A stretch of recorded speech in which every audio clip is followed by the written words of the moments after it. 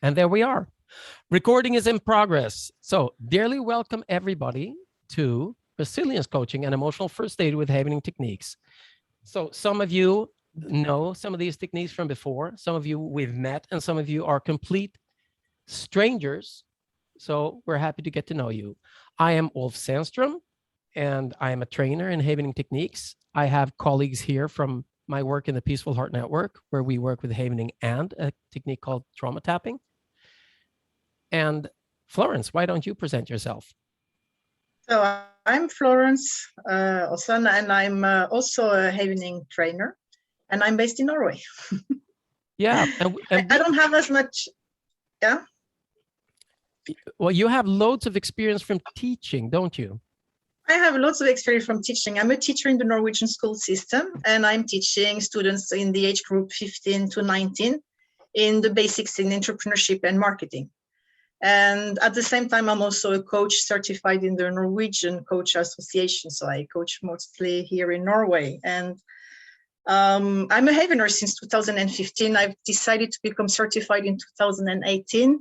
And I've been so impressed by what Havening's doing that I basically decided that I wanted to become a trainer to be able to spread the word.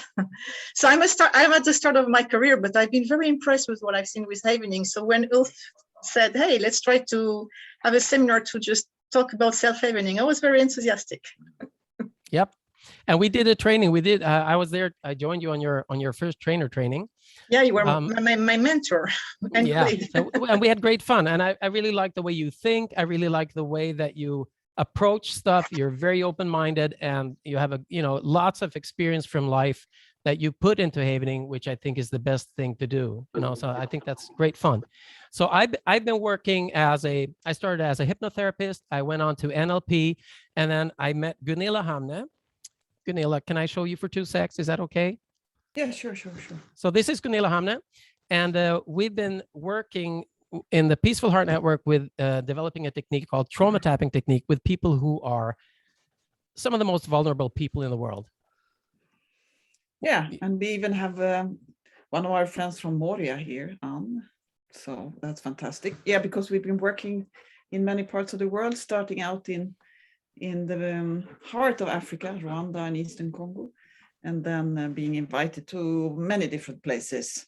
But that's you could say the origin of our work is in that warm heart of Africa, and then expanding, and then in the beginning I thought it was not so much needed in Sweden, and then we realized after some time it is very much needed in Sweden too, both with havening and tapping. So we teach everything within Peaceful Heart Network that can be transferred easily or taught to easily to somebody who needs it, or somebody who would like to give it further to others, or often the combination, because we always have to start with ourselves, isn't it? Yeah. So that's been going on for quite some years, since 2007 the first time, and Ulf and I have been working together for 10 years. So I'm happy to be here. Some of our friends that we know from before, that's it. Yeah, excellent. And thank you so much for being here. Thanks for being here. Yeah, thank you. Yeah, and I also want to present another colleague, Frederick Fresto. We've been working. He was my first teacher in hypnosis and NLP, and we've been working together many years. He also knows Gunilla very well. We've all traveled together to India, among other places, to attend to conferences and to work together. So we've kind of this pool of people that have been knowing each other. And the reason I'm happy you're here, Frederick, is because we've been spending a couple of years developing an idea about states, performance states, and a model for working with that, which we will be integrating today just to show people how simply you can model performance states. Yeah, and I think that's great. And it's a great combination because using hypnosis and NLP, you can, of course, create states. But then when you add havening or tapping, as Gunilla, you taught me, that's actually a way to get also even better results. So I think a combination with our state model, which well, it took us 5 years Yeah. of work to develop. We've done other things as well, of course, writing books and stuff. But yeah. Wonderful. This Well, would be cool great. to have you here. So yeah, if we have any questions, about the state model, also Fredrik might jump in and I might ask him for comments as well. Just like I might ask Gunilla and other people, because some of us here know each other since quite some time. So thanks, Fredrik. So we're going to get started now. We have 2 hours, and that's plenty of time in my world. Some of the trainings that we've been doing, me and Gunilla, we've been doing in like 15 minutes. One of Gunilla's, I'm talking for Gunilla now. One of her best trainings for the Peaceful Perfectly fine. Network was between some subway stations and the subway of New York, which then led to our colleague in Afghanistan actually using these techniques to help hundreds and hundreds and hundreds of people. So it's not about the amount of time, it's about understanding the basic principles. So before we start, it would be wonderful if you could just write in the chat where in the world you are and what brought you here. What is it that you hope to bring with you from these 2 hours? Because that way we get a little idea. Maybe some of you are working as coaches, some are therapists, some are using it for your own sake. Just lovely to see. So write in the chat, please do. Ah, I see my lovely sister too. My best one. And look, there we have Mita is here as well. So we're having an enormous inflow from India. Fantastic. And Reshma is here and Irene is here. Hi. Right. So that's excellent. Good to see you all. Good to see you all. Las Vegas is in the house. Amy, hey, Amy. Good to have you here. Hi, Asma. Wonderful. Yep. Disha from Colombia. Hi, Fantastic. Eugenia. So good international crowd. Keep writing there. And why don't we just jump into it? Because that's the whole idea, so that we make use of this time. So keep the Hi, writing, Catherine. present yourself. So I'll launch us into a few slides and we'll get a basic idea of this to start with.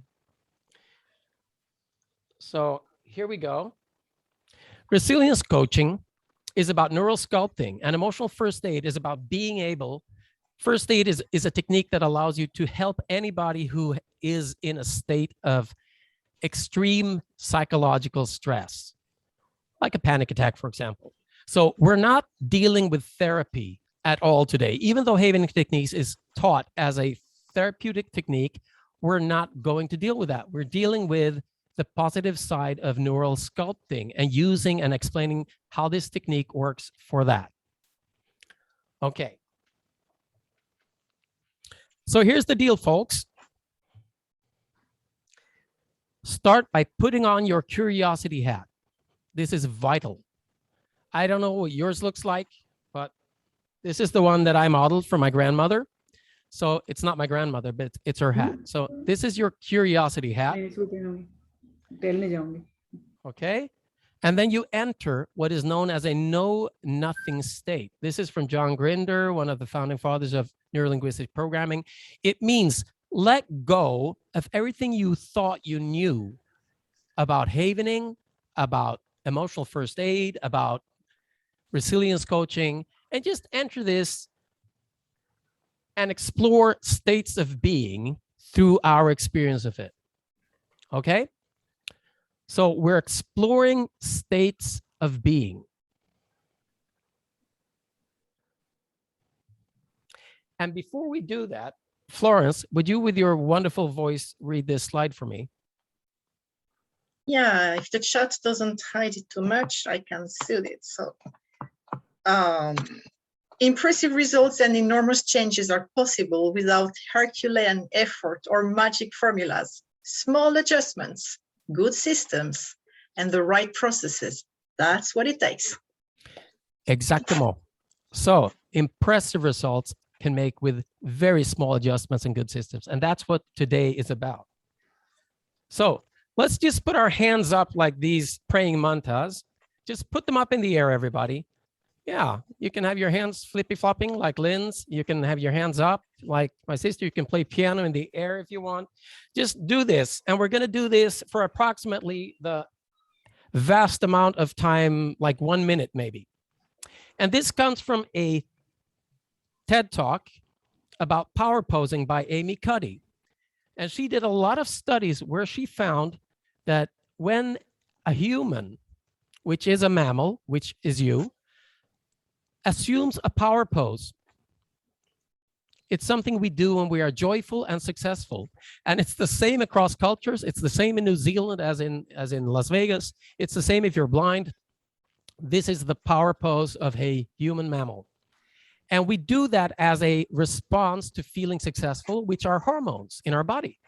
But what she found was that if we assume the power pose, even though we're not feeling successful, the hormones of success will be produced. So doing this 5 minutes a day will change our hormonal balance and give us more power. That's what power posing is for. So she says, fake it till you become it, not till you make it, till you become it. Right. And now you can just wave your hands a little bit like this, wave your fingers, wave everything, act a little silly. That's good and playful. And so everything you do with your body will affect your mind and your hormonal system because we are electrochemical systems. Now you can put your both hands in the air and you can breathe in and you can pull down. And do this 2 more times. And 1 more. Excellent. So that is a technique in itself called adrenaline blowout, which you will find in the book Trauma Tapping Technique that Gunilla and I wrote, that we will be sending you all as a free PDF as a gift from today, because it contains a lot of information about havening and tapping and other techniques to affect the mind through the body. So to continue, what is a state? Well, a state is, it's usually called in sports, it's called performance states. So there's one book called Peak Performance States. And what's a peak performance state? Well, you could say it's any state of mind and senses that allows you to perform something that you wish to do. So if you want to go on vacation, the peak performance state is total relaxation and letting go of work. If you want to clean your kitchen, then your peak performance state is kitchen cleaning performance. If you want to run a marathon, your peak performance state is physical. If you want to play chess, your peak performance state is mental. So we have different peak performance states, and you could say that this could tie in with the archetypes of Jung or something. You could say you have your warrior, you have your lover, you have your brooder, you have your curiosity, your playfulness state. And I would say that I believe that we humans have maybe 10,000 states, one for each thing we're experts at. Frederick, for example, used to tour as a magician. And as a magician, one state is that you want to entertain people. The other one state is a state of being able to distract attention from what you're doing. If you're a public speaker, one state would be projecting your message. Another state would be, how do you handle an objection? They're all different states, and they're all different competences. So how do you create your states? Well, the first thing would be to understand that humans are not clocks. I know some of you will be surprised, some of you will be frustrated, some of you will be angry, but I'm sorry, humans are not clocks. And I'm saying this not as a joke, because Robert Sapolsky from Stanford University, he keeps repeating this in all his lecture about human behavior psychology and the evolution of behavior, because linear thinking is what we can do with medical science. Linear thinking is humans are clocks. If the leg breaks, we can patch it back together. It will grow back and it will work. Or somebody's bleeding, we stop the bleeding, and the person will heal. So that's linear thinking, and that's treating humans as mechanical beings. But we're not clocks because we have a soul and we have a mind, and this comes with a few things. We're multidimensional. We have a physical body, but we also have a soul, whatever that is, and we have a consciousness, which is talking and listening right now, but we also have a subconscious, whatever that is. And our thoughts that we think in this wonderful known clock, they can be intentional, but they can also be unintentional. So you can have unintentional thoughts taking up your time, which can stop you from getting into your kitchen cleaning state and make you less good at performing kitchen cleaning. Our behaviors can be intentional, but they can also be unintentional. So biting your nails could be a good idea if a nail needs to be bitten, but biting your nails when they don't need to be bitten can be very irritating, and it can cause infections, and it can be really irritating. I hate it when people bite nails. So emotions are reactions to our thoughts and behaviors and what comes to our senses. So our state is a mixture of all of these. It's our thoughts, our behaviors, and our emotions, and our body, because our body is involved in everything at all times. So, you know, if you have kids, you know, they're not going to say, I don't want to go to bed, I want to be up. Yeah, but it's 4 o'clock in the morning. You're going to be angry tomorrow. No, I won't. So they're in a state of disbelief because they don't have that experience. But their body might put them to sleep if they're tired enough. So this is the deal. If we're not clocks, we cannot treat psychological states as if they were mechanical. We cannot limit ourselves to say, this is because of that, because there are unknown factors at all times. So we're going to learn something called state sculpting using a technique called havening. Florence, would you show us some havening? Would you mind terribly? I need to unmute myself. No, I can do that. And, you know, guys, we're going to, in the time of COVID, we expect you to have washed your hands, and I have some antibac here. So even though it's self-havening and we're at home, we're just careful. And just to show some havening. Havening is very simple. Self-havening is very simple. Basically, it's touch, and it can be described visually as washing your hands, or maybe hugging your arms, or even washing your face. And that's it. That's as easy as that. So why don't you just get a feel of what is most soothing for you? Because there are individual preferences. Just try to get a feel of, is it nice to touch your hands, or just like hug, stroke your arms, or maybe even washing your face? What do you prefer? And you can focus on the rhythm of what you're doing. How fast are you doing it? You can focus on the quality of the touch. You can focus on the warmth of your hands. What is the temperature? Do both the hands have the same temperature? These are deceptively simple movements, and if they're used properly, they actually have great power on us, and that's what we're going to go through today. So this is really basically just the start of the introduction of, this is what we're going to be using today, these 3 movements, okay? Excellent. And also, as you will notice, I usually sit and move a little bit from side to side, and that's called shuckling. It's part of, you know, Jewish praying tradition, and in some other praying traditions, people move from front to back or side to side.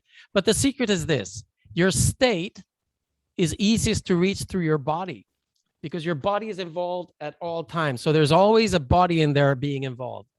So that means that you will always, in some way, be able to reach your thoughts and your emotions through your body. And that's a great thing. So when you're doing this, you're creating a safety in the body. You're also using input to the body to tell the brain that it's in a safe place, because you don't do this when you're running from a saber-toothed tiger. And as you do this, just keep doing it. We're going to look into something called interoception. And interoception, that's our ability to understand the signals and whatever's going on in our body, looking into ourselves. And that's also actually a hypnotic feature. When people go into trance, they focus inward instead of outward usually. So keep havening, finding a rhythm you like, finding a touch you like, and then ask yourself now, if you went to a memory of a situation that you found joyful, a situation where you were happy, a situation where you had a smile on your face. So think of, it doesn't have to be something yesterday. It could be something 20 years ago, 200 years ago, whatever your age is. But just find a pleasant memory that is specific. And then ask yourself, you can close your eyes and just ask yourself, how does it feel to remember that good thing? How does that feel? How does it feel to remember a good situation? Where is it in your body? Does it feel good in your stomach, or in your chest, or in your throat, or in your face, or in your whole body? Where is that good feeling? And then you can ask yourself, does it have a shape? Does it have a direction?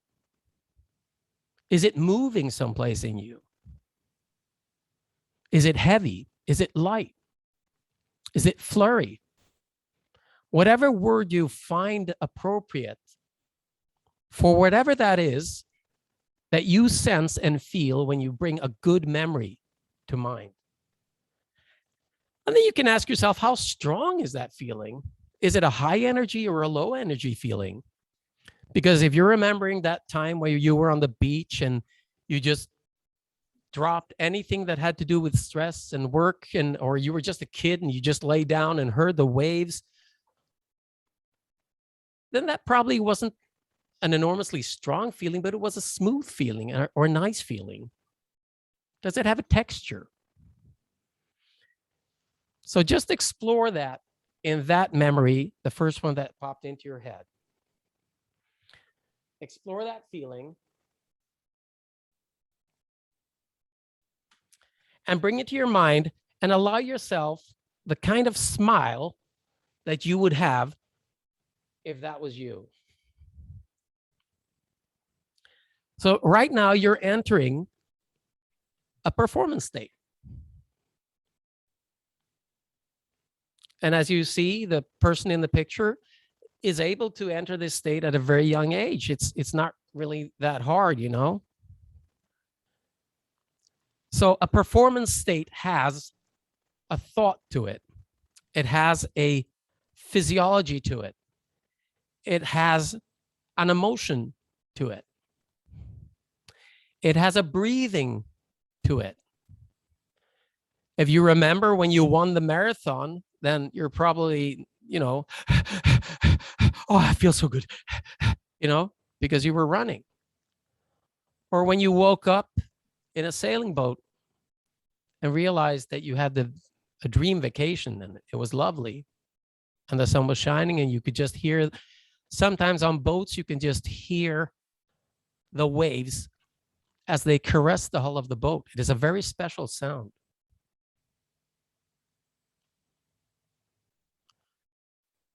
So this is actually what you're doing now, is you're calling upon a set of neural networks that are associated with a good memory. And in Norway and Sweden, and also in Finland and Denmark, we have a tradition when you find berries in the summer, you pick them and you put several berries on a straw. And you wait until the whole straw is full, and then you eat them all at the same time. So you can mix blueberries and lingonberries and, all kinds. So what I want you to do now is pick a second memory, a second good memory. It can be different from the first one. And allow yourself right now to go into that one and ask yourself, how does it feel? Where is it in your body?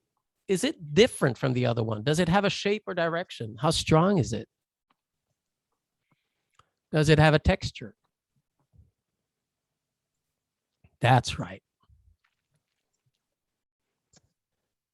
Explore it.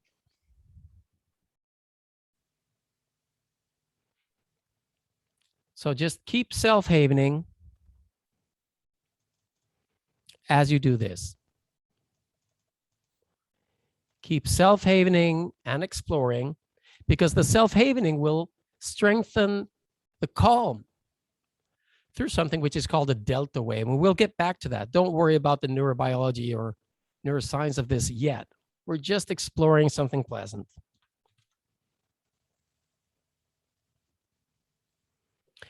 And when you're done with that, you take a deep breath through your nose and you hold your breath and count to 4.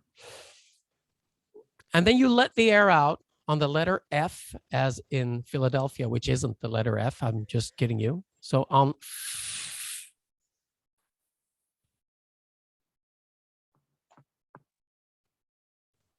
and then breathe in again. Hold your breath a few seconds and breathe out on a long F. F as in fantastic, as in fascinating, as in Florence. As in fabulous. As in fabulous. So when you breathe in short and hold your breath, you're giving your heart more oxygen when you hold your breath. And when you breathe out on the letter F, you can breathe out and hold that breathe out for a longer time, which actually also calms down your nervous system, your autonomous nervous system. And now a third. We're going to explain it to you in a few seconds. You bring a third situation or memory, and you go into that and you do the same thing. You self-haven your hands or your shoulders or your face, or you shift. But what you're doing is you go into a third one, because humans are pattern recognition experts. You go into one memory and all you have is that memory. When I'm happy, it feels joyful in my belly or my chest or my head or whatever. And then you go to a second memory. When I was exhilarated, when I did something, then it felt different. And now you're getting a pattern of 2, which is not a pattern yet. But now when you go into a third memory of an enjoyable sensation, and you ask yourself, how does it feel? Where is it in my body? Does it have a shape or direction? How strong is it? Now you're starting to see patterns, or sense patterns, or feel patterns. And you're activating neural networks that are pleasant. So before we finish this little exercise, I'm going to invite you to anchor this state that you have now, which is a resource state that you can use later in life. So just listen closely. Breathe in through your nose and hold your breath for a few seconds. Breathe out on a long F and relax your body. Recall all these sensations that you had now and bring out the smile you wish to have when you feel fantastic. There you go. So we use this a lot in sports psychology. We use hypnotic anchoring, which is you go to a resource state and then you do something that allows you to repeat it. And the thing you can always do is breathe in, hold your breath, breathe out on a long F, and bring out a smile. It just takes a few seconds. So we'd love to have a few comments in the chat. What this experience did for you? Did you realize something? Did you feel something?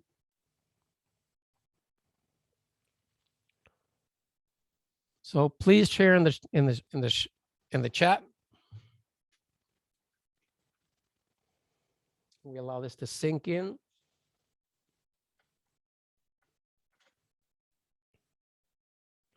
So it's relaxing. How easy it is to be happy. Yes. Sensual. Feminine. Sarah, great to see you. Feel calmer and more relaxed and calm. Surprising calm. Yeah, that's cool. Sleepy, energized. So there you go. You can be sleepy or you can be energized. It goes either way, depending on how well you've slept and where you are in your circadian rhythm. Soothed, happy, engaged, cool to be able to shift the state. Yes, that Yuta is the whole thing. To be able to shift the state is the coolest thing we can do. Right, open-hearted. Hi, Lorna. Easy to understand and implement. Fantastic. Instantly connected to very beautiful memories, like a puzzle. Yes, and this is the thing. We have the performance state A, which we've now created, and we can use this to get out of something which we call performance state B. So we all have more happy and less happy states, and they all fill a function. So a book I love is called The Flip Side of Your Dark Side. It explains why every emotion fills a function, and usually we medicate them. So I'm sad, I want it to go away. Well, why don't you invite sadness for coffee and you know, let it see your beautiful memories and see what it will tell you that it wants to have happen. And from here, we go into one of the most important places in a human life where we spend so much time and should be prepared to be great humans, but we're not always. So I leave it to you, Florence, to talk about classroom resilience and how you actually see ways of using this kind of resource states. Classroom resilience, there's a lot to say about it. I was talking to a colleague at the beginning of school year, and she was like, oh, there's so much like whining and crying and annoyance, and I don't want to be there. And I was like, oh, you know, do you have children? And she's like, no, I'm talking about my teacher colleagues. So classroom resilience, it starts with the teachers, you know.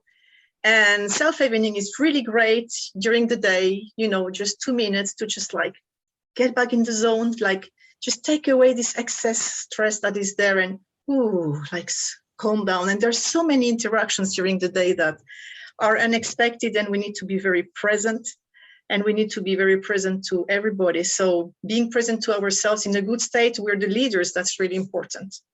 Now, if we move to the students, I've used a lot of self-evening. I was working as a replacement in the primary schools, so I've used it a lot with the children when in elementary schools. Basically, it's the age group 7, 11 years old. A lot of small exercises when you want them to focus again. You know, when they're starting to be a little bit like all over the place, you just can play a very simple game like, you know, Simon Says. I don't know if you know this game, like Simon says, jump, and everybody jumps. And Simon says, sit down, and everybody sits down, and so on. So kids love to play. So you can just really introduce self-evening as a game, and it's going to regulate the brain. And as they're playing and they're following the instructions, you're actually helping them refocus. You're helping them calm down. You're helping them down-regulate, and you're helping them back on track. I've used it a little bit in, I'm teaching entrepreneurship this year, and we are trying to create a lot of good ideas for them to start small companies that they will run during the year, and they will close at the end of the year. And just to start this creative flow, self-evening is brilliant.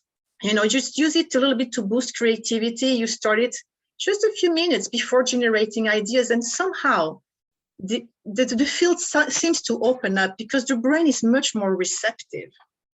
And I've used also this year for the students to create their objectives for the year. So I asked them to sit down, concentrate, and what is it that you want to get out of the year?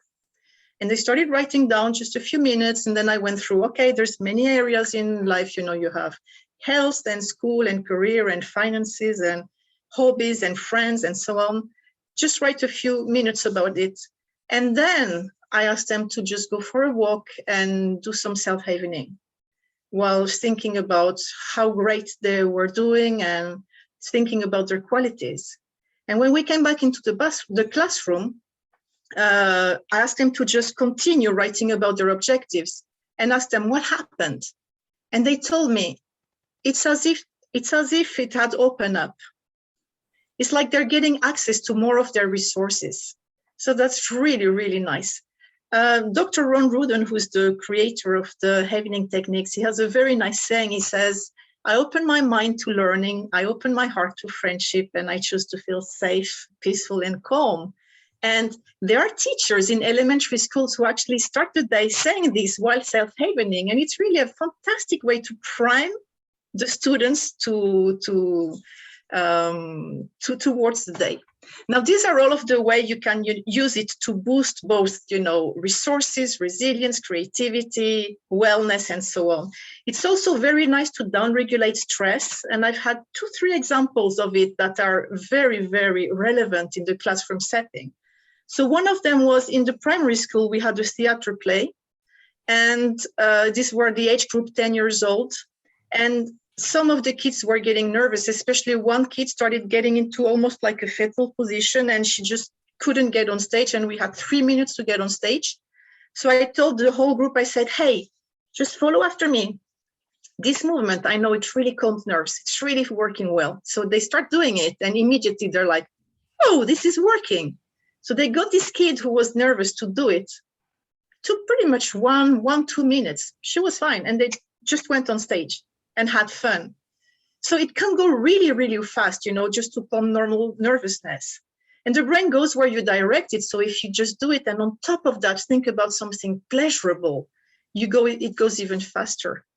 Now, in the older age groups, what starts to get important, in Norway, we don't have grades before the students are 14. But after that, you start getting grades and you start going to exams when you're 17, 18, and so on. And really, what I've been doing with my students is before we have exams in classroom, they arrive, you can see they're super tense.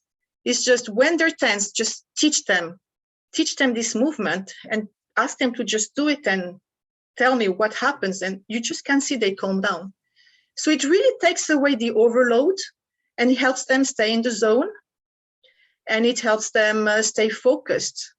And you can also, ahead of the exams, prime that it's going to go well. And in a way, it helps you just zone into the right direction. So great way to decrease stress and great way to open up. Now we're having, we're really very, very, very happy to say that self-havening has caught very many people's interest. And especially in the States, there is a social and emotional learning program called Jessie Lewis Choose Love Movement, which is very big in the States. It's across 10,000 primary schools. And right now, self-havening has been chosen to be a part of a major research program that is going to go over the whole school year in 3 major school districts. And that's how promising it is to regulate emotions and to help the students cope in the school environment. Because we do need stress, but we don't want distress. And we want them to be in a nice, happy state where you are able to learn. If you feel safe, it's easier to learn. And that's why self-havening is really brilliant. And it goes so fast. It's very non-invasive. It's safe. It doesn't cost anything. You have it at the tip of your hands. It can be used in so many different ways. And I'll just move from the school environment just to the playground in the school. There are so many games you can do with your children. Like you can just play stories. Like imagine you're an Indian, and you're just going to like create fire, and you just have to rub this piece of wood, just like create fire. and the kids that just follow after you, you know. And once you've created further, you just like create your colors, and you're going to just paint your face with all of these colors of war when you go to war, you know. And we're going to go and chase after the bear. So we're going to go in the outside, and it's kind of cold, so just like warming up a little bit, and then here the bears arrives, and we'd have to run away. And this movement is actually a movement that is creating laterality in the brain, so it's a really good one to do too. And we managed to escape the bear. Oh my God, it starts raining. Oh wow, no, it's raining. My glasses, raining. Oh, but now we've deserved to eat a little bit of cakes. Let's make some rolls, and we're going to cook them. And you see my point.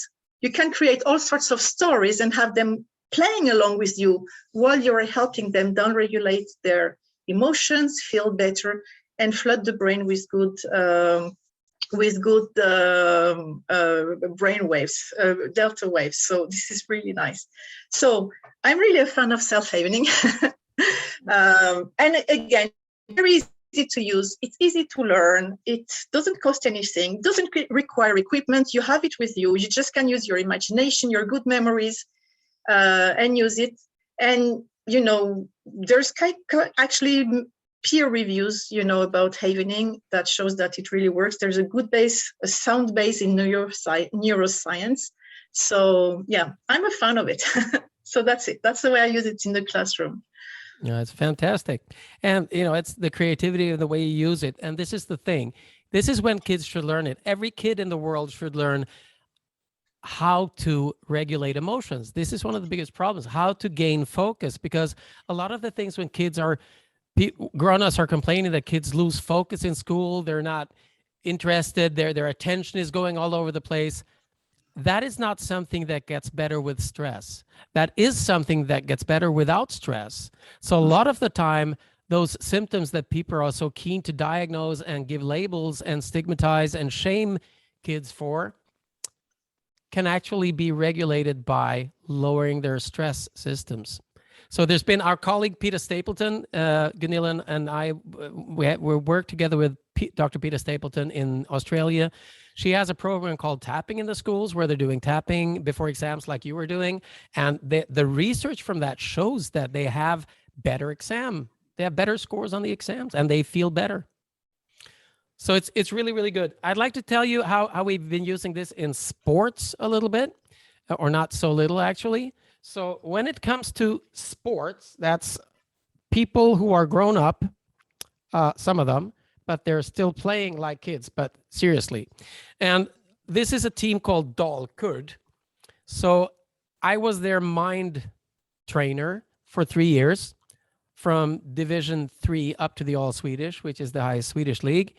And the tools I had, I was using mind training with hypnosis, and I was using havening, and I was using tapping. Havening is so fast that it's something you can get a whole group of people to do in absolutely no time. So when they were talking about what was going on in the league, are they going up? Are they going down? How is the new player? Who's not getting to play? Who's on the bench? You know, just telling everybody in the room, let's do this as we speak about it. And this is something that you can do in a corporate meeting. You can do it in a debrief. We've taught this to, Gunilla and I have taught this to firefighters and first responders, together with our colleagues from ASAP who are here as well. And Amy, you know that you've been teaching it to lots of veterans in the US. So this is something easy. It's not very strange. Anybody can do it. You just sit down, and when you're talking about something serious, something possibly stressful, or just trying to get your stuff together, you can do this. With the All Swedish voyage that we did, we also used this adrenaline blowout that we did in the beginning. And they actually, talking about the whole experience years after with them, I'm still a friend with a lot of them, they say that starting every game with the adrenaline blowout as a team and doing it halfway through at mid game, and then after the game, it lowered all the stress levels, but they could still maintain the high stress and adrenaline necessary to be able to perform. So that's not a havening technique, but it's something that works very well together with that as a team feature. So what is a state? So a state can be something wonderful, like the first baby. It can be a state that you want to get away from, of despair or frustration. And we usually, when we're doing training for sports, we usually, or a skill like an artist who plays music, if you play the first violin in a symphony orchestra, for example, I had a client who did that. If you start getting nervous, people will hear it because you'll have a vibrato where you don't want to have a vibrato, because the excess adrenaline is going to change your fine motor skills. So to access fine motor skills, you need to be in a calm state. So you need to be able to shift your state. But what is a state? And this is the model that Frederick and I, that I told you about in the beginning, that we have developed, and we use this as a coaching model. Gunilla and I have been teaching this to social workers who have used this simple model for mapping the states and emotions of kids who are both the receiving and the giving side of criminal life. So basically, a state is, one part is your cognition. It's what you're thinking. And your thinking usually happens in two main ways. You say stuff to yourself with a voice in your head, and you see images. And the images will be stronger in their effect on your emotional system than the talk. So if you say, I don't want to see myself falling as I balance on this tightrope, then the image is falling. So the words are going to be weaker than the image. So if you say, I want to see myself keeping my balance, then that will create a better image. So when your self-talk and self-imagery is congruent, you're actually in a better state. Then you have your body, the physiology. And like I said, when we're not clocks, you know, we can't escape from it. We are mammals, we're living in it, and we have to make friends with it. So you ask yourself, how am I breathing? Am I standing? Am I sitting? Am I tense? How is my mammal feeling right now? And then you have the feelings, the emotions, that wondrous thing that probably is connected to the soul somehow, because we can be moved by poetry, which has no evolutionary use in survival, or maybe it does. Maybe that's the whole meaning of life. So feelings are something that we give a label. Now, one person can have butterflies in the stomach and say, oh, I'm really looking forward to this. And another person can have the same butterflies and say, oh, I'm so nervous. And the third person can have the same butterflies and say, I think I'm going to be sick. I'm not sure. I'm feeling something in my stomach. So how we feel is in one part hormones and reactions and muscles and the autonomous nervous system and the bowel and digestive system. And it's a label that we give it, which is why sometimes we can reframe an emotion and we can go from nervous to anticipation. And then all of this results in a behavior. So what you think, what your physiology is, and what you feel will result in an action, a behavior of some kind, intentional or unintentional. And you will interact with your environment, which is why psychology isn't clockwork, because a person who is depressed might not be depressed on a beach. They might be more depressed in a workplace where they feel unsafe. So it's an interaction with your environment. So it's the situation, the environment, the company you're with, and then we have an element of time. It could be something that has to do with interacting with your age or with the past or with the future or with a time of day or a specific season. So here's the deal. If you want to coach, whether it's resilience or you want to coach somebody from a state they're unhappy with, there is a mind approach, which is cognitive behavioral therapy, talk therapy, psychoanalysis, hypnosis, neurolinguistic programming, anything that goes through the mind to affect the body and to feel different. Or you can approach this system from the body. So you can do havening or tapping or dancing or yoga or exercise or breathing. And then you can affect the whole system from that place. And if you combine them, if, for example, you're doing coaching with somebody, If you combine the coaching with self-havening, all of a sudden you have a body-mind approach. And within havening, when it's taught as a therapeutic technique, which is a 2-day workshop training, then you learn different mind approaches that go together with the havening. So you learn how to do role havening or affirmational havening, or anything that's talking goes through the mind. Everything that goes through the body is a body approach.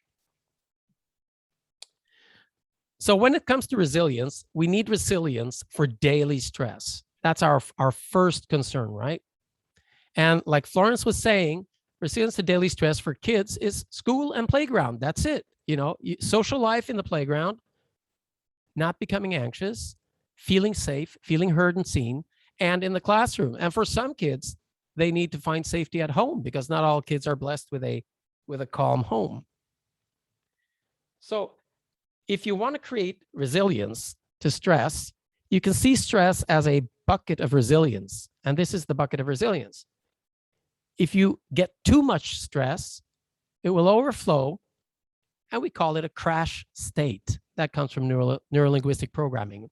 The crash state is the opposite of the coach state. So how do you handle that? Well, you reset the system by opening a tap. Metaphorically, of course, we don't have a tap, or maybe some of you do. So the thing is, opening the tap can be done with conventional methods. You can exercise, you can do yoga, you can meditate, you can be socializing, you can sleep. That's a big bonus if you want to, reset your system. But then you can also be using self-havening to create and enhance your daily reset. So how would you recommend people to do that, Florence? How could you integrate self-havening into your daily routines? Or you're muted, I think. So here, let me unmute myself. So there are very many ways to do it that are very easy, that are also non-intrusive. One of the ways is basically give yourself small hugs. It says that if you give yourself a hug for 6 to 8 seconds, you're changing your serotonin and oxytocin levels in the body. And that's a good way to do it, doing self-havening like that. And the body doesn't know the difference between what you're doing yourself or what you're receiving. So if you're just giving yourself a good hug, you get it. That's one way to do it. Another way to do it would be to, in the morning, I don't know, some people have some gratitude rituals where they're just like looking at 3 good things that happened during the day. They usually do it at night, actually, going back through the day and looking back to 3 good things. And you could just do self-havening while remembering 3 good things during your day. And just, like we did in the beginning. Exactly what we did in the beginning, and just going back into what happened, what was said, what did you see, how were you feeling, and just boost this with the self-havening. It will just increase the experience. And the brain tends to go to where the attention, where the attention goes. So if you put your attention to these good moments, you are actually boosting your well-being by doing that. Another way is, if you have some music that you really like, just do self-havening while listening to it. Very simple, really. If you take some 2 minutes here and there during the day to just take down the allostatic load, it's really great. I mean, as a teacher, last year with Corona that started, and digital learning, and there were so many things happening. And I really noticed that I was just very frequently doing this during the day, and it was just enabling me to just like not go into like stress shock, but like keep within the window of tolerance where I am able to focus and be efficient at work. Another way is just include it with breathing. There's very many breathing techniques that are very peaceful. One of them is a very like heart mouth breathing technique, where you breathe in on 5 seconds, breathe down on 5 seconds. It's creating heart coherence. And if you just boost it with some self-havening, you're getting even better effects of it. 2 minutes is enough. If you do it 4 times a day, it does something for the body. Yeah, like we were doing in the beginning with the breathing in and then holding your breath and then breathing out on a long F, because Your Yeah. parasympathetic nervous system is activated when you breathe out. So you're actually, the longer you breathe out, the more you relax. And that's another great breathing technique. Actually, I was very glad you taught it to me because well, I got a panic attack. And when we used that one, it was like, wow, it really worked out well. So I'm like, that's one of the ones I'm using now. Another good way is at the end of the day, you just go through your day. Just instead of going to bed with all of your worries, like, oh my God, this and that and tomorrow. Just go through the day while doing some self-havening. It will, in a way, sort out through the file cabinets in your head and help you sort out things, which means that you're able to go to bed much more relaxed and much more ready to get a good night's sleep. And if you, on top of that, finish with this gratitude exercise, thinking about 3 good things, it's a great way to prime yourself for a good night's sleep. So all of these are small ways to use self-havening that are, all of them don't take time, it's a question of 2 minutes, 2 minutes here, 2 minutes there. But the amount of these does something to the, call it landscape of your brain, and it's in the way it's making it more and more resilient. Because the challenge with stress is that stress is good, but distress is really not what we're looking for. And during the day, you start your day and your toddler pukes on your new shirt when you're late for a meeting at work and your boss yells at you, and stress just goes like this. And all of those moments when you just like downregulate the stress, it enables you to not finish your day there, but maybe finish there, and day after day after day after day after day, it will make a difference in your life quality. Yep, I agree completely. And also, you're coming back home from work, maybe you're driving a car. Before you go inside and meet the family and do stuff, if you have a family inside there, you can just do a little bit of self-havening, turn off the engine, and then you go, yep. And like Sarah says, you can do it in your mind too, if you can't do it actively. Absolutely. You can just imagine havening, and that actually will, if you do the muscular movement and then you close your eyes and imagine doing it, you're actually activating the same neural pathways that you were using when you had it. And also, you can do it around the dinner table. Kids are rowdy and maybe some are fighting and talking. Some of you might say prayers, but if you don't say prayers, you can at least do a circular prayer with some self-havening, just saying, all right, everybody, how was your day? And that's all you need to say. So what we're saying is that you should add this to your toolkit of daily hygiene. So please keep washing your hands and social distancing, even if somebody says the pandemic is over or isn't, because washing your hands is always a good thing. And then keep brushing your teeth because you will have better breath, and also you won't have cavities in the long run. So self-havening is actually like a combination of washing your hands and brushing your teeth, because you'll wash your hands to be on the safe side, which you can do with self-havening. If you do get dirty or a cut in your hands, you will use the same soap and water to clean that. So you can use washing your hands both as a way of tending to a wound or just keeping hygiene. And in the same way, it works like brushing your teeth, because like Florence said, if you do this thing just a few minutes every day, you will, in the long run, avoid your emotional teeth falling out. And that's actually, there's a huge study, international study now that's rolled out with Bond University together with Peter Stapleton and the Peaceful Heart Network with me and Gunilla, which is called Worldwide Stress Relief, where we are testing the hypothesis that doing this 5 minutes a day can actually change your whole neural system, your neural landscape. So we're inviting you all to join that. We have a link to it in the follow-up information. It's 3 methods. It's breathing, like we said, it's tapping, and it's self-havening. Simple movie that you follow 5 minutes a day. So build your resilience. So what we'd like to do now is take a look a little bit beyond this into the dark side. But before we do that, can you write in the chat, what do you think is a sign of stress? What do you think is a sign of stress? In you or in somebody else? So stress is the opposite of being calm.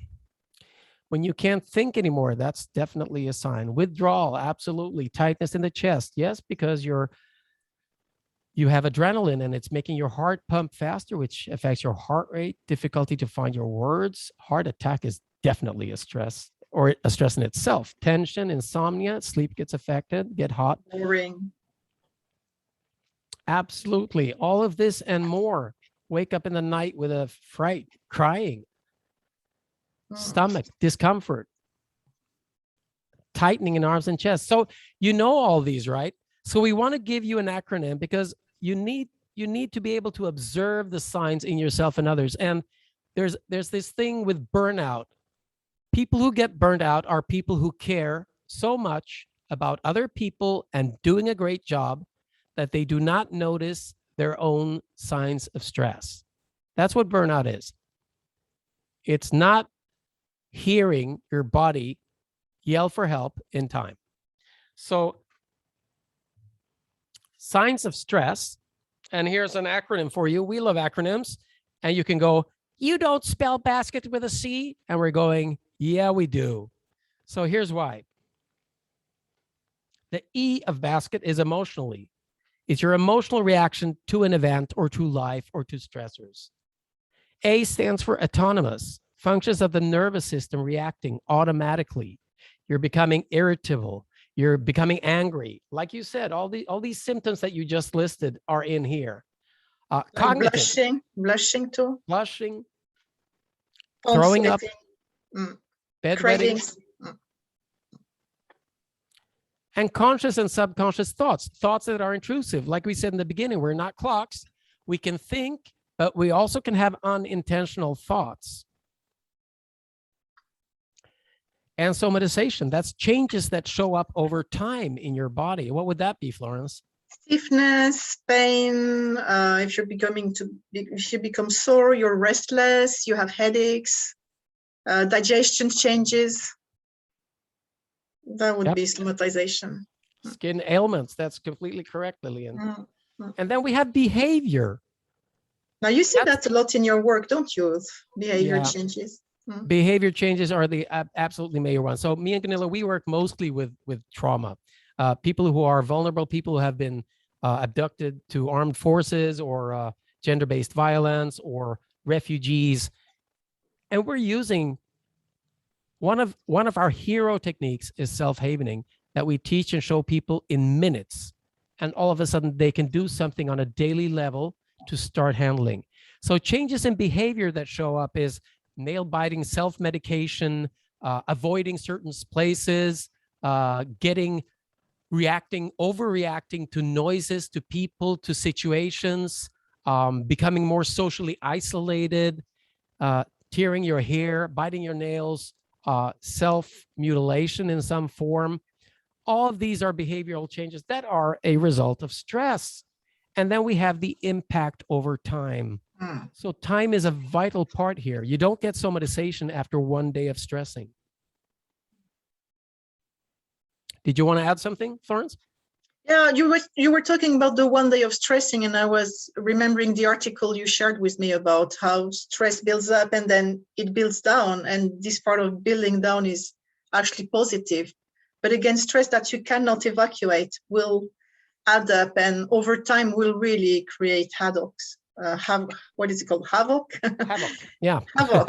Havoc. Isn't that a French word from the beginning? Wasn't.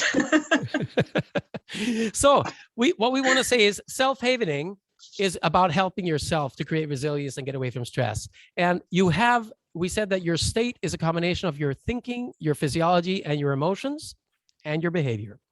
So your thinking could be done in two ways, two of the most normal ways. We think with our senses. One is creating images in our mind. And the other way is self-talk. So we have an inner hypnotist. Kids are in a trance state up to the age 12, maybe. And then we go back into it from 90 to 117. So the inner hypnotist is the voice in your head that you speak to yourself with, whether intentionally or not. And here's the basic tip. Whenever you notice that voice, make sure you say things you want to see if you would paint them. So instead of saying, I have too little time, there's not enough money, I need to lose weight. All of those things are images that will stress you. And the stress is not going to help you. The only thing that helps you is taking action. So you need to paint a painting in your head while self-havening that gives you a goal that you would like to move towards. So I'd like to get into shape. That's an image rather than lose weight. I'd like to have more time with my loved ones. That's a better painting and map than I don't have enough time. I'd like to be able to afford to buy Ulf and Florence a lunch. They probably need it. See, instead of saying there's not enough money, right? So that's your inner hypnotist. And you did an experiment with the school kids, Florence, with their inner hypnotist. Can you tell about it? Yeah, we worked. That's when we were looking at when they were making their yearly objectives, and at some point they were stuck. And I just went out in the schoolyard, and we have this very little road with trees on both sides. And I just told them basically, every time, let's just walk along the road, and every time you cross a tree, you're going to just remember one of your qualities. And on one side of the road, there were 6 trees. So I said, look on the right side, and just every time you pass a tree, you just remember one of your qualities. Now, by the end of the road, there were some of the students who had not managed to list up 6 qualities. So I said, let's do self-havening. And on the way back, there were 15 trees on the right side, because then we were looking at the other side of the road. And so I made them just list up qualities so that they would just get a little bit in shape. So we listed qualities as a group. And then they went back and they started listing qualities, doing self-havening. And then we did it again. And I said, for every time you pass a tree, list a quality you would like to have. And just say, I'm resourceful, I'm resourceful, I'm resourceful, I'm resourceful. Actually, it's a great exercise to do. I've been doing it myself. Like one of the things is, preparing for classes. I'm prepared, I'm prepared, I'm prepared.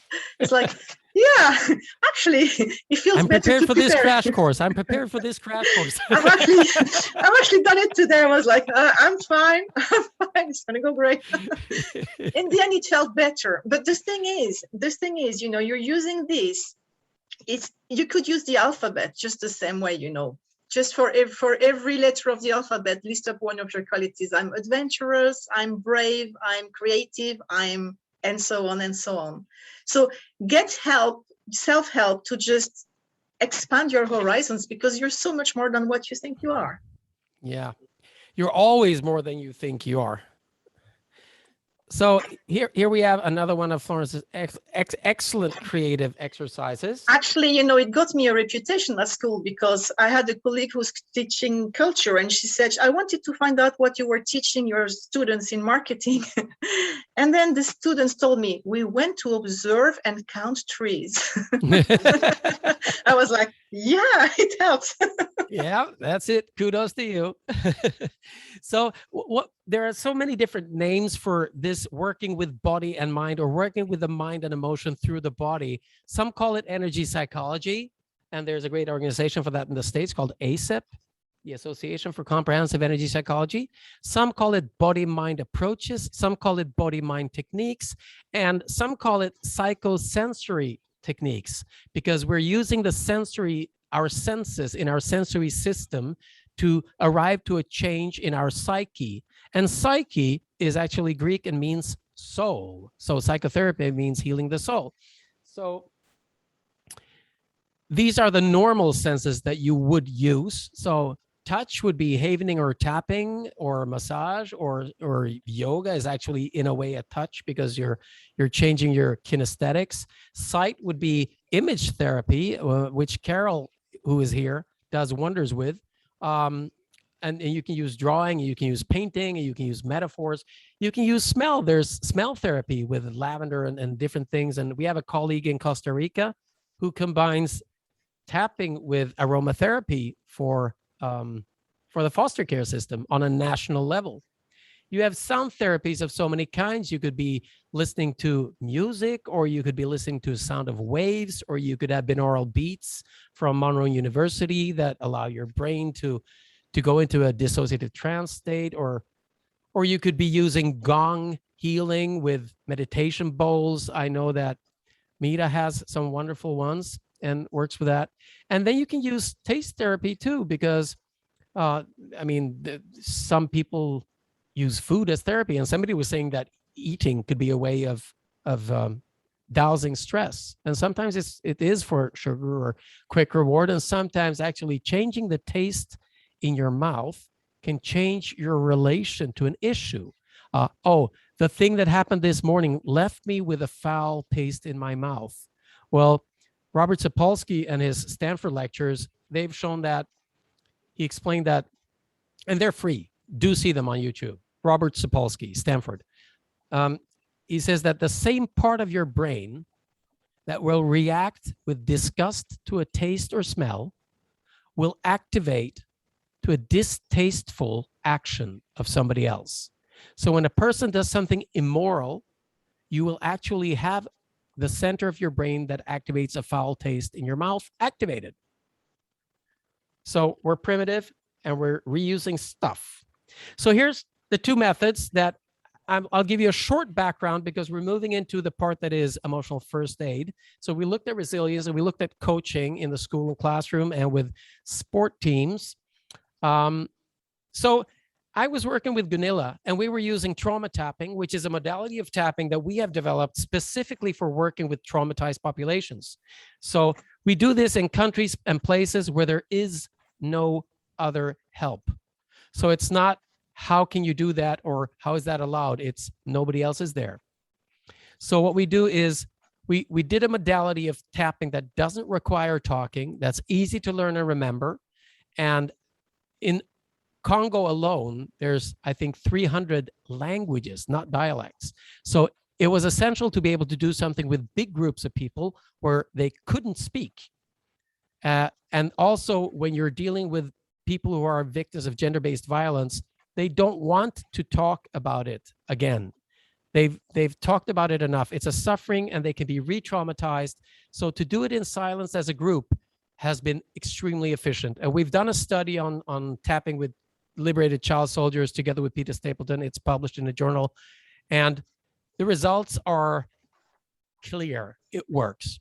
So we came to a point where we got to know Doug O'Brien, who's a colleague in the Havening community, but he's also a colleague in the hypnotic community. So me and Frederick had brought him over to Sweden, and he had met Gunilla with us, and we were talking about, this tapping stuff, and he goes, yeah, you should check out Havening. And we're like, why should we check out Havening, and what is it? And he says, do you know the book When the Past is Always Present by Ronald Rudin? And we go, yeah, it's our Bible. Because it was one of the first books we found that actually had a complete neurobiological scientific model of how stress and trauma is encoded and can be decoded. And it's not built on his research. It's built on his meta study of other research that already existed. So he connected the dots. So after he studied the efficiency and efficacy of tapping, I think when the book was written, it said like 12 years. Today, it's 18 years or more. He's been studying it for a long time. And he started looking at the brain from the point of view of addiction recovery. So he found that one of the components that seemed to be on the neurobiological level is the delta wave that's created by tapping. So he looked at the science of touch. Is there any other way we can create a delta wave other than tapping? Why? Because he's curious. And then he found that there is a study that looks into this. So this is the founder, Dr. Ron Rudin, and his brother, Steve Rudin, the founders of Havening Techniques, which we're giving you right now. And here's the study that he looked at. It's Harper, 2012, Taming the Amygdala. It's an EEG analysis of exposure therapy for the traumatized from the Journal of Traumatology. So they were looking for ways of enhancing the brain wave, which is the delta wave, which is the one that's activated when we're relaxed. It's the actual complete opposite of the gamma wave, which is a very high frequency wave, which is activated when we are very scared or emotionally involved, because it's the same nervous system for positive emotions and negative emotions. They use the same brain waves. So you can't say that one is bad or good, and that's not how it works. But let's just agree to, for now, agree on the hypothesis that the delta wave is what's important. Then how can you create it? So lateral eye movement enhances delta waves by 12 to 20 times, as you can see. Touching the cheeks by 90 times.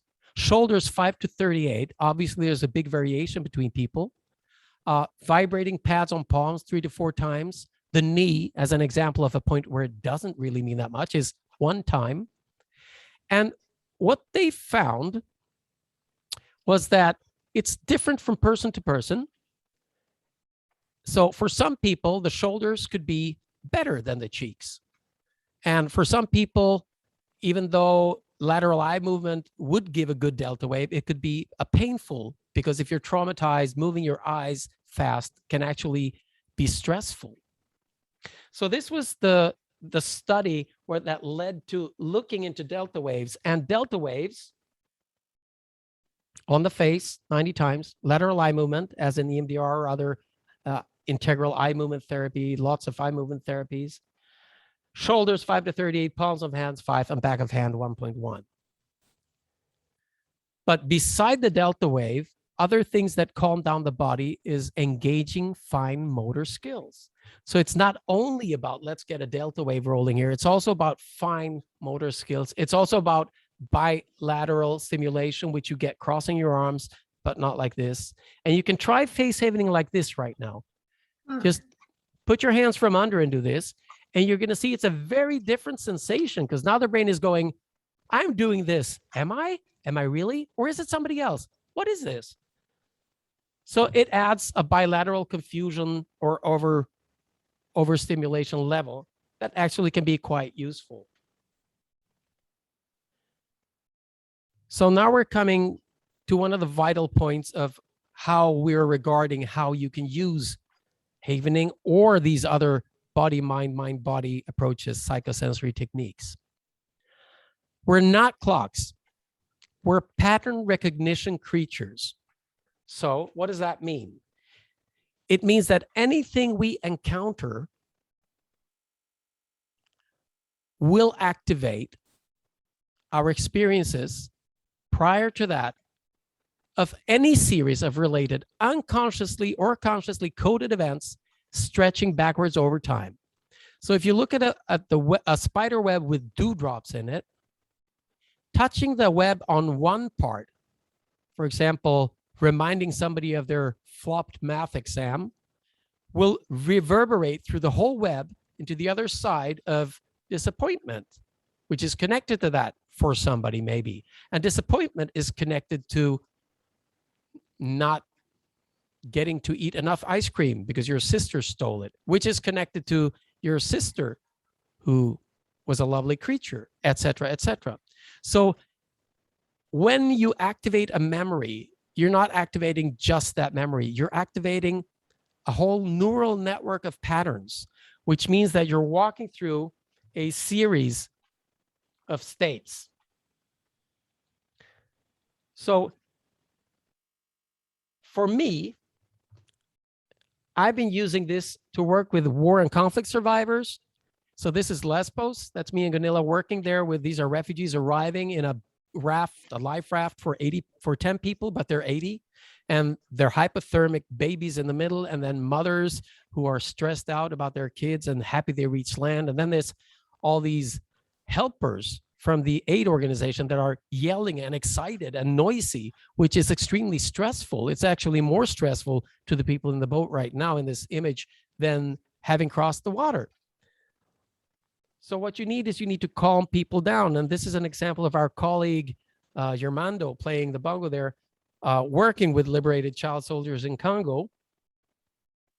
So what happens in these situations is we have them simply work to start to build resilience, because we don't go into teaching therapy. We we see what we're doing as emotional first aid.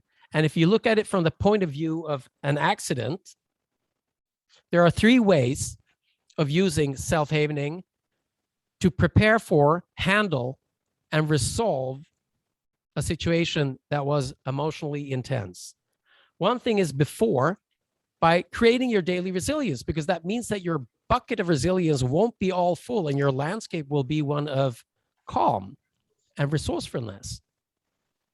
Because whatever competence you have, even if you're the best violin player in the whole symphony orchestra, if you get stressed, you won't be able to access that competence. So you need to be in your best state to be your best self.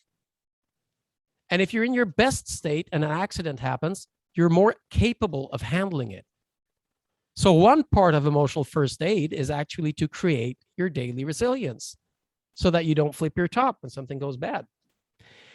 When something is going bad, we're actually teaching people within the blue light, the first responders, that you can actually, you come to an accident place, people are sitting down, some are in shock, some need to be tended to. The people in shock, if they snap out of shock, they might get up and start running around and become a danger to the rest. But if you give them something to do, they will do that. So if you tell the people who are listening and able to interact, you say, I need your help. Anybody who's here now who can walk and sit and isn't bleeding and doesn't need tending to, can you sit down with them and just lead this for them? Just do this and breathe. So that's something that you can tell anybody to do in a number of minutes. And at a place, you know, even at a large accident or something that happens in an airport or people closed in a shelter, you can have people do this. And if you actually have them hum a song, you're distracting the brain from fear in 2 ways, with the music and the havening. And the singing actually synchronizes the breathing. So that's a very good way of handling a large group of people who are feeling strange. And then once the event is over, you can actually reset and rebalance the nervous system of people who have had this event. So the study Worldwide Stress Relief we're doing with Peter Stapleton, originally we created it for after the blast in Lebanon, after the explosion in the harbor, because there you have thousands of people who are very hypervigilant and feeling emotionally unsafe. So we wanted to be able to reach a lot of them in a short time so that they could all just watch a movie and create some daily reset and rebalance. So again, this is not therapy. This is just when you think about that thing that was upsetting you, you can just simply do some self-havening and hum a tune. And that is actually in itself emotional first aid. And having said that, one of the best tools to combine it with, because if you remember the state diagram, you had the body mind, the body approach was the havening in this case.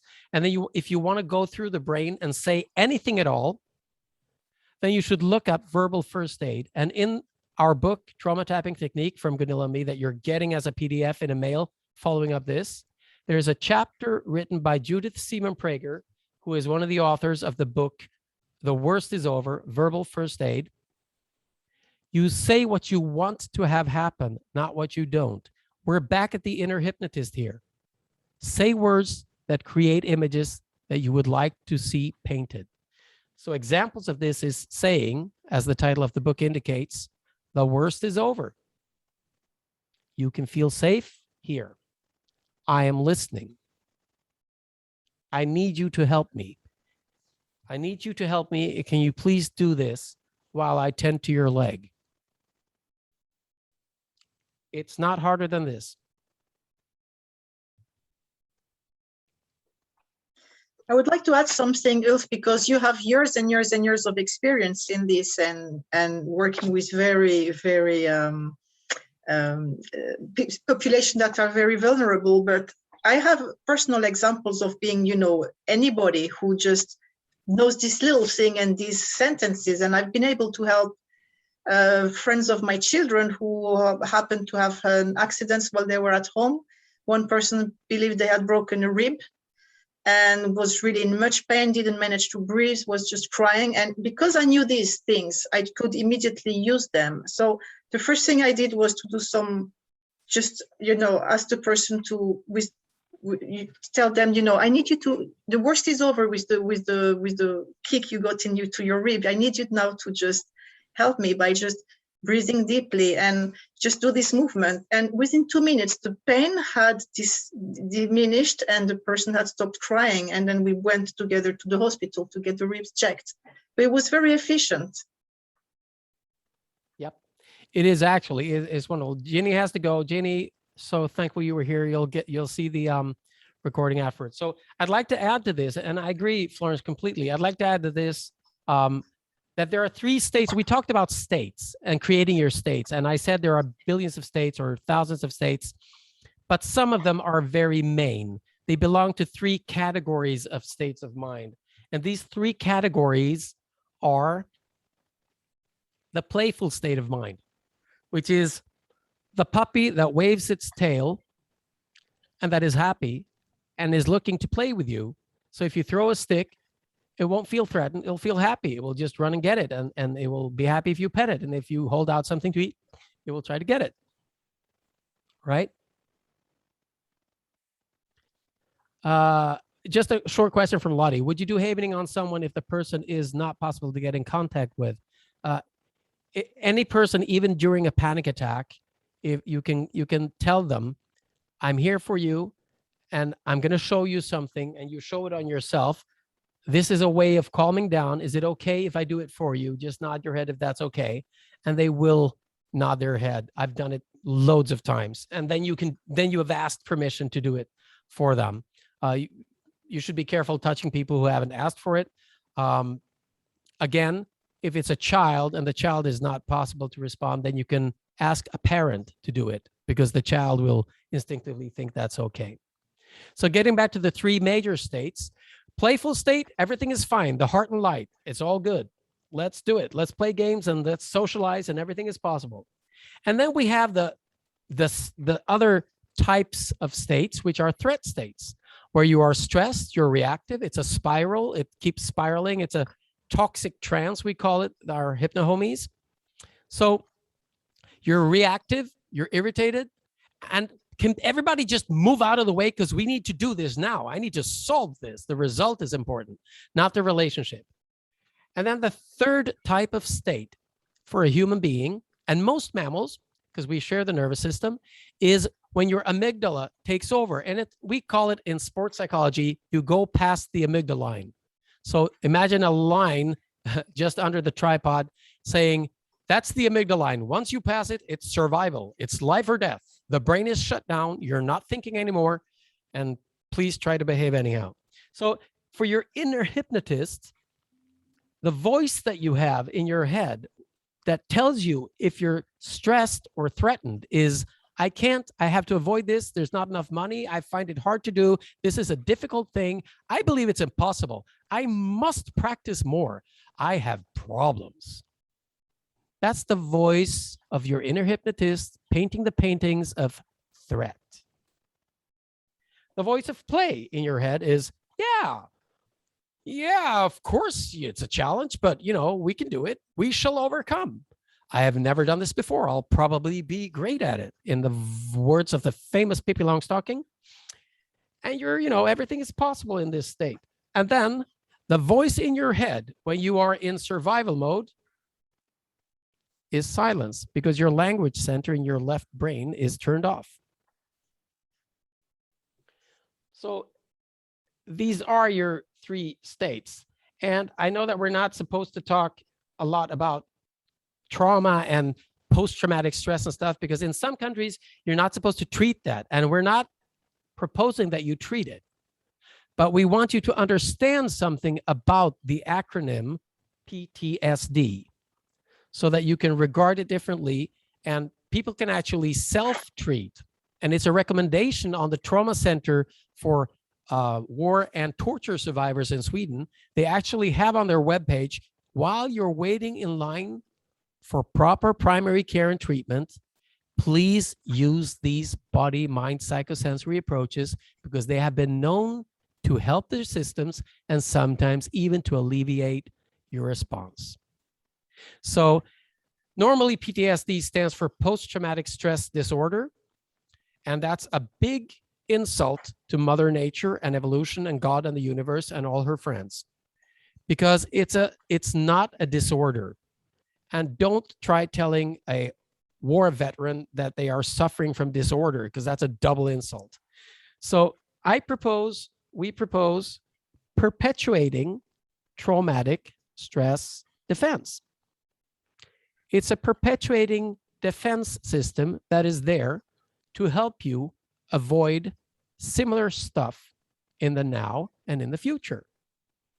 So the only challenge with that is that it is sounding the alarm all the time as if there was a fire, but there's no fire. It was put out years ago. And if you do experience that, you could regard it as emotional first aid moment. When you experience it, that feeling, you can simply hum a tune and self-haven, and you'd be surprised how efficient it can prove to be. Florence, do you want to add something to that? Well, personally, I don't work with trauma. I'm in a school. I'm a teacher. The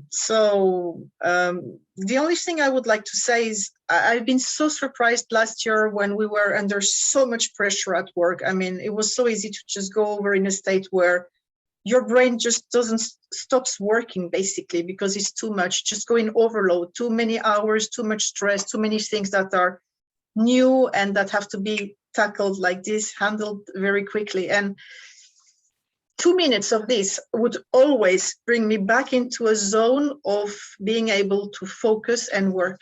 And it really helped me through the year without having to just like click in a way. Yeah. So this aspect of stress and time is really a big one for everybody. We're now in times where, you know, with COVID, there is this stressor that is there in the background all the time, never goes away. And that creates an invisible stress for all of us. And it means that we probably are going to be much more exposed to situations where we usually would handle them well. And maybe because time goes by and it goes on, it starts to become too much. I mean, when I was teaching my kids to count, you know, I remember one of them, I was trying to say, okay, if you have 50 cookies and you're eating 48, you know, what happens then? What do you get? And I remember my kid looking at me and he just goes, stomachache. And that's exactly the same thing with time, you know, 1 day of stress, no problem. 1 month of stress, no problem. 1 year, 2 years, 3 years, and we don't see the end of COVID. This latent stress is there. And if you every day just, you know, soothe down your system, soothe it down, it's going to help you hold out and thrive much longer in a much better way. So it's very good preemptive medicine. That's what I would like to say. It really is preemptive, prophylactic. So this is basically the gist of it. And I know that some of you who are here are actually attending the training that will be starting in a week or so, where we will be training also therapeutic interventions with havening, because havening can be used as a therapeutic intervention. It can be used as a coaching intervention. It can be used as a teaching. It can be used for resilience. So that training will be running. And if you are interested in learning havening on that level, then what happens is you do a 2-day workshop, and then you do a follow-up, and then you do a certification procedure, which makes you a certified havening practitioner. But there's no need for that to use it for daily resilience or to use it for coaching with the coaching tools you already have, just adding it into that mix, and also being able to do emotional first aid in the way we said. So this you take with you, and you take the book that you get. And this is now a moment where we think it's a good time to have some Q&A if you have questions. If there's anything you're wondering about, anything you'd like to know. Where's the link to the Havening program? It's, well, Florence, you can put the Havening.org website in there, where you have all the trainings all over the world that happen.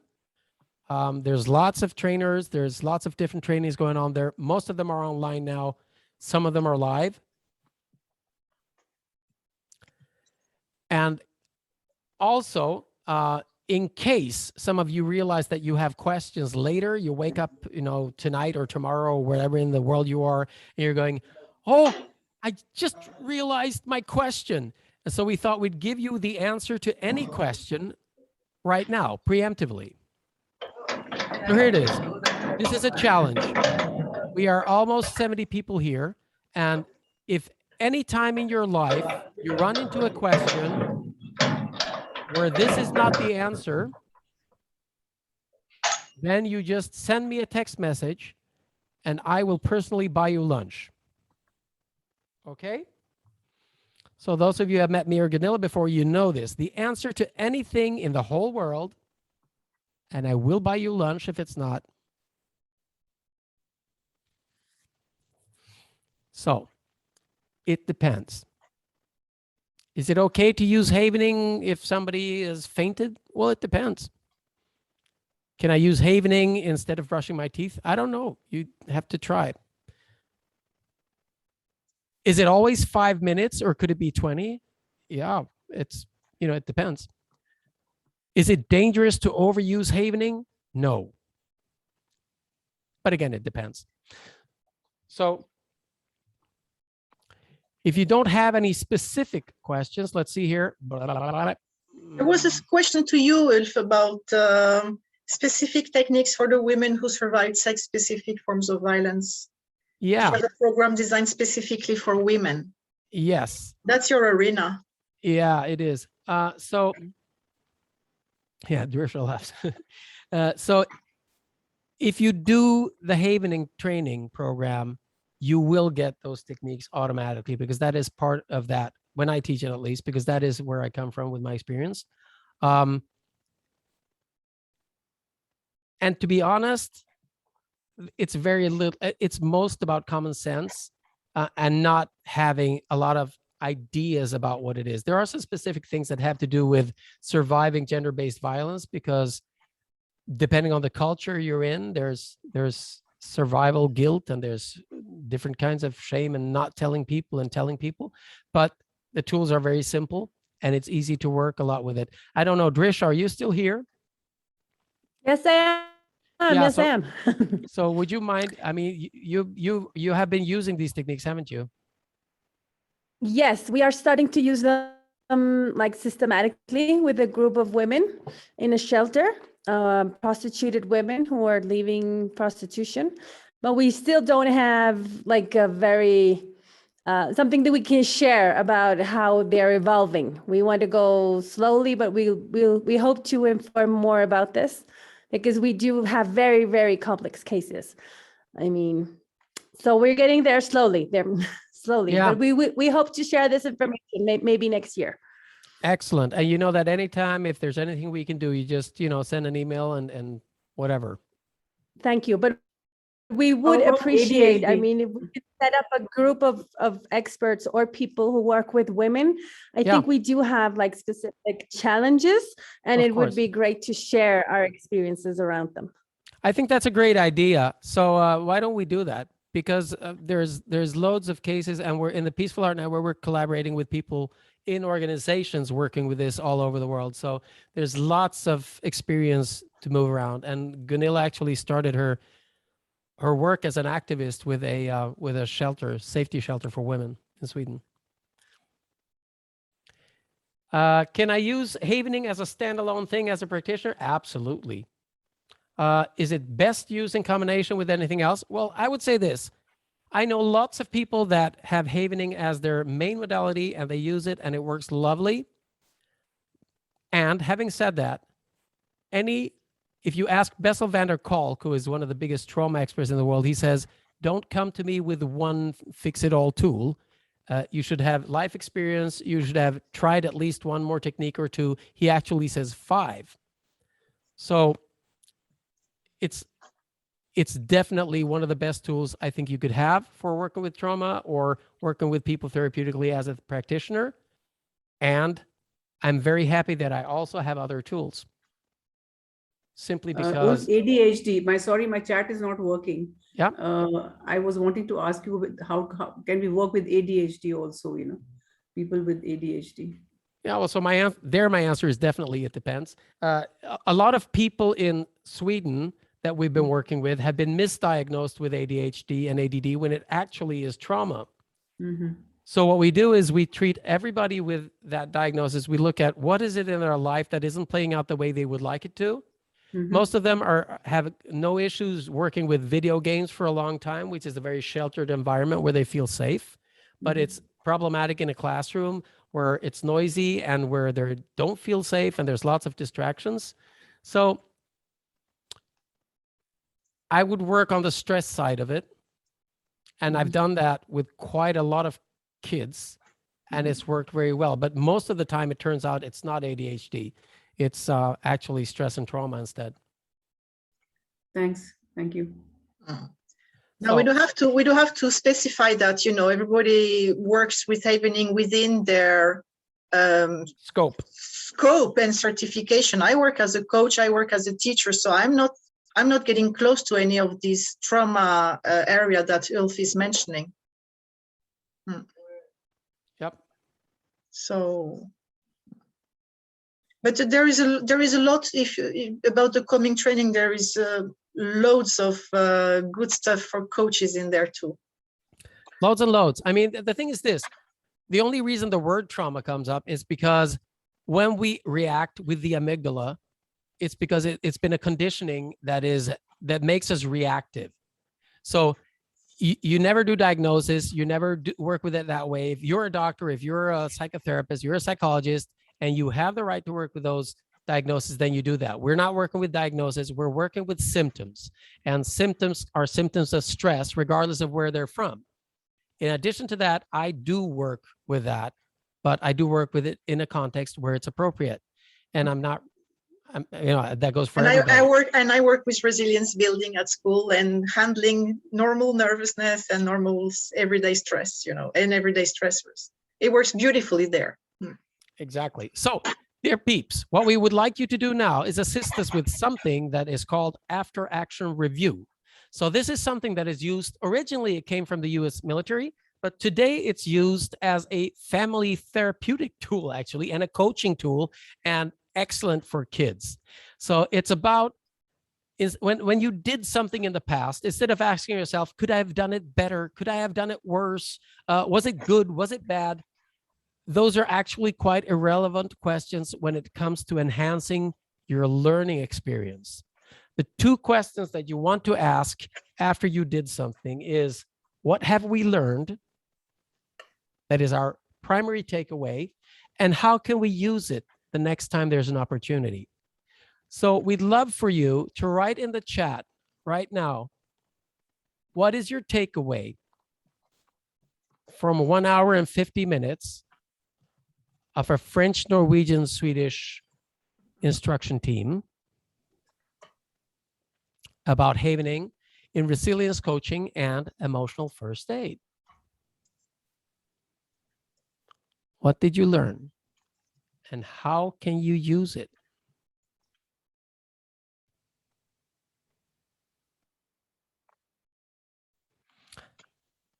I can do it. I can spread it. Everyone else can do it too. Yes, Sarah. Wonderful. Love it. Best state is play and the techniques that makes one stay in that state. Absolutely. Imagine if the whole world was in the play state. Would we still have war? Using havening with positive memories to change state. Absolutely. Yeah, it depends, Stephen, of course. Positive images. Yes, the inner hypnotist. The words used in different states. That I can get up and get back on my focus and goals. Of course you can.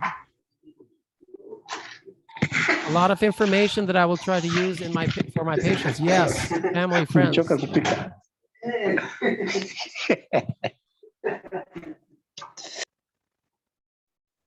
Yeah, incredibly simple and accessible to all. A good model of a state in relation to mind body. Thanks for that. Yeah, we're pretty proud of that one.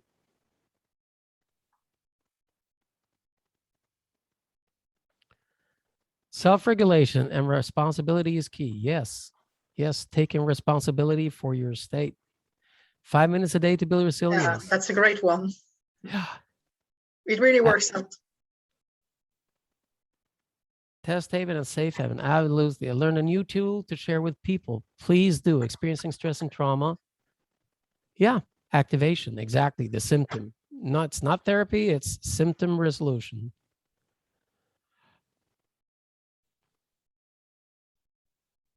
You learned that you already know these things. Yes. To work with migrant and refugee women. Absolutely.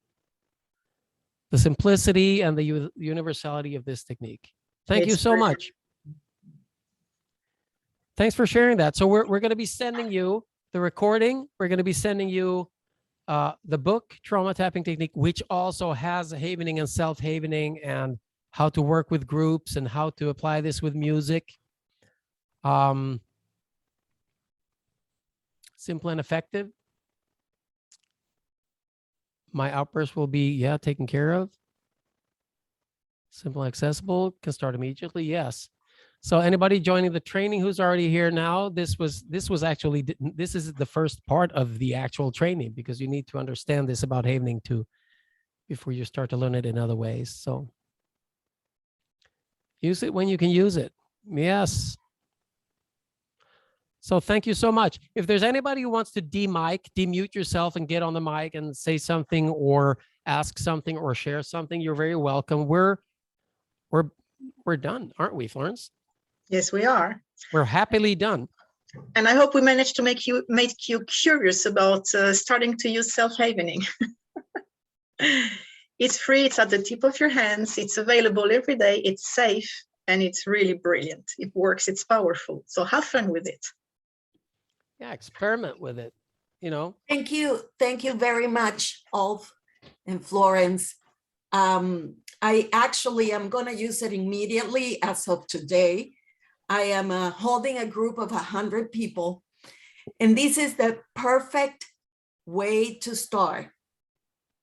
It is going to be amazing. So just came at the right time and at the right moment. Beautiful. So you can start the whole group doing it as a group exercise when you Yes. start. And may I ask what kind of a group it is? It is a group from Latin America who are learning emotional first aid techniques.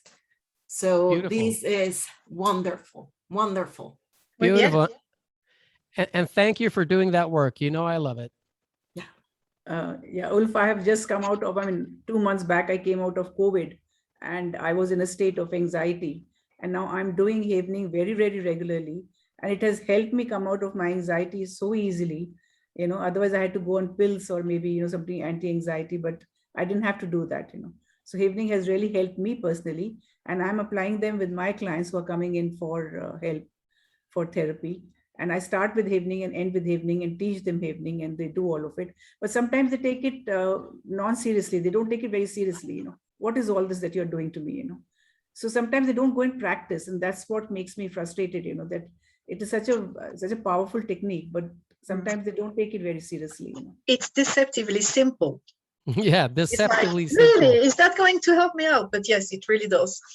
And I'll share a little coaching or therapeutic thing that turned up today. So, I had this guy who was a client who was really feeling very bad about himself because he was feeling, shame for something in the past that had happened, and he couldn't let it go. And every time he thought of it, he felt so bad. And I said, use your inner hypnotist out loud, but speak about yourself in third person.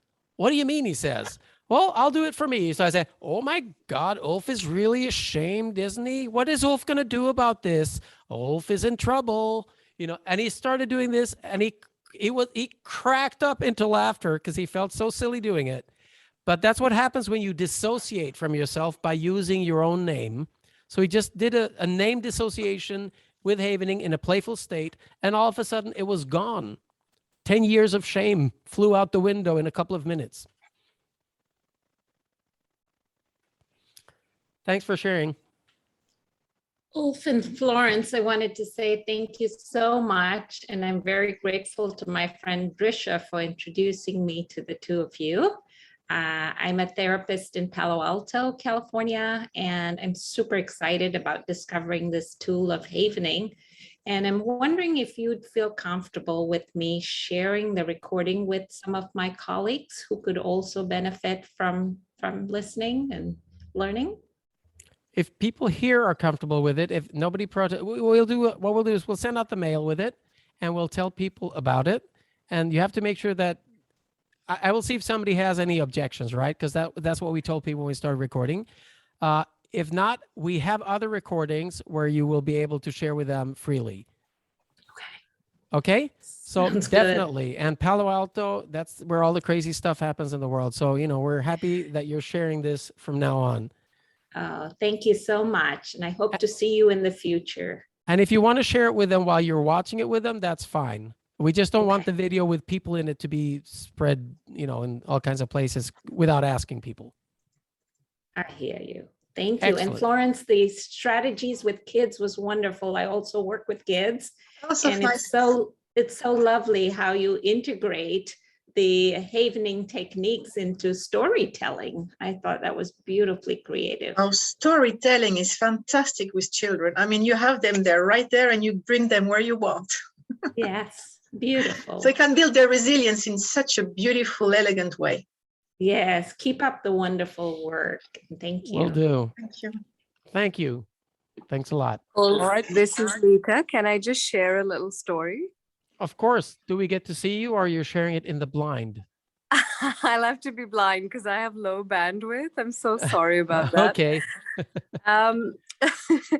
So I've been working with youngsters who are empaths and who are sensitive people and have a very hard time dealing with their emotions and self-regulating.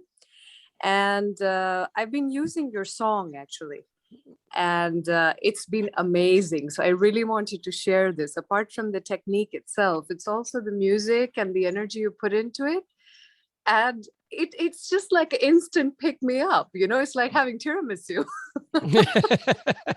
I like that comparison. Safe havening or tiramisu. Which one? So that's the Italian in me, so that's fine. And I absolutely loved it because it not only helps people like that, it also helps people who help other people. So people like you, like me, healthcare workers, and especially in these times, it's like a lifesaver. So thank you very much for this. Thank you. Thank you so much. And I'm guessing you're referring to the Self-Haven song, right? Yes. Yeah.